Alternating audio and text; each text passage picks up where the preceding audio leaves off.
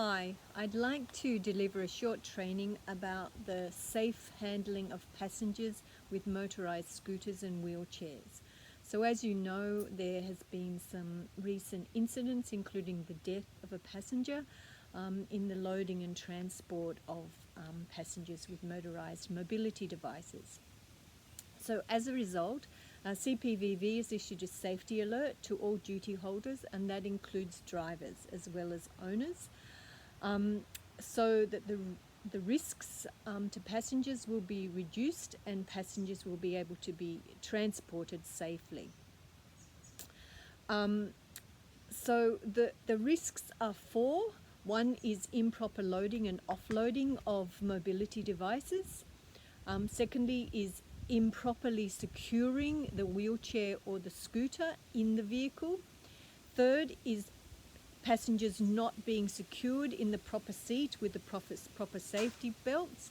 And the fourth risk is erratic driving by the driver, causing the scooter or the wheelchair to move or injury to the passenger.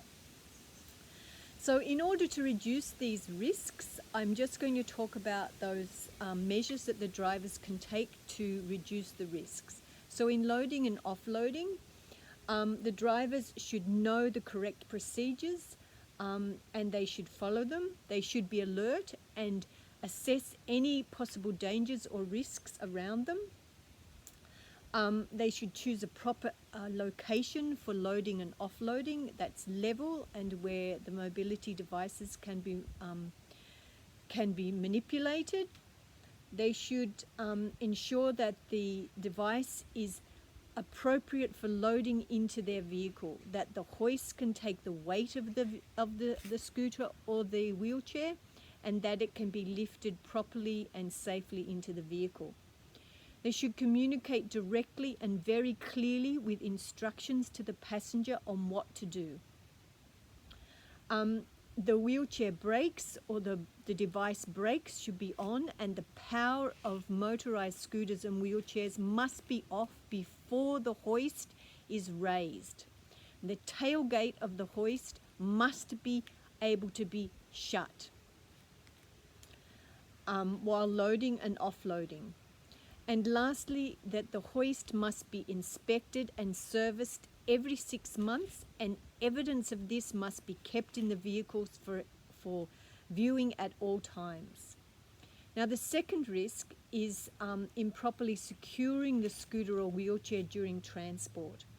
So the drivers must ensure that the tie-down straps in the vehicles are safe at all times, and if they're not, it must be reported to the owner and they must be rectified before transporting any passenger. That any wheelchair and scooter must be securely tied down with 4 straps during travel, and the brakes must be applied and the power off during transport. Now, the third risk is making sure the passenger is secured in the vehicle. So drivers must ensure that any scooter passenger transfers to a regular seat and uses a regular seat belt during transport. They cannot be transported while on their scooter. Passengers in wheelchairs must be secured with over-the-shoulder seat belt in the rear of the vehicle. And again, the power must stay off and the brakes must stay on during all of the transport. The fourth risk is driving safely. So drivers must ensure that a WAV is driven safely, competently, and in a legal manner, and that they don't excessively or unnecessarily accelerate or brake suddenly. So what must you drivers do now? In order to continue working with local transit, you must read the do's and don'ts sent out by Ali, and you must respond yes, that you understand and you will follow those procedures. You must read the CPVV alert and the CPV page on transporting passengers with mobility devices, and Ali has sent you the link. You must sign a contract amendment reflecting the risks with motorized devices, and Ali will gradually have you sign that. And you must immediately report any incident or near incident to Ali by phone. Now, local transit is sure that you will be able to keep all passengers safe. So thank you for looking at this video. Bye from Kimberly.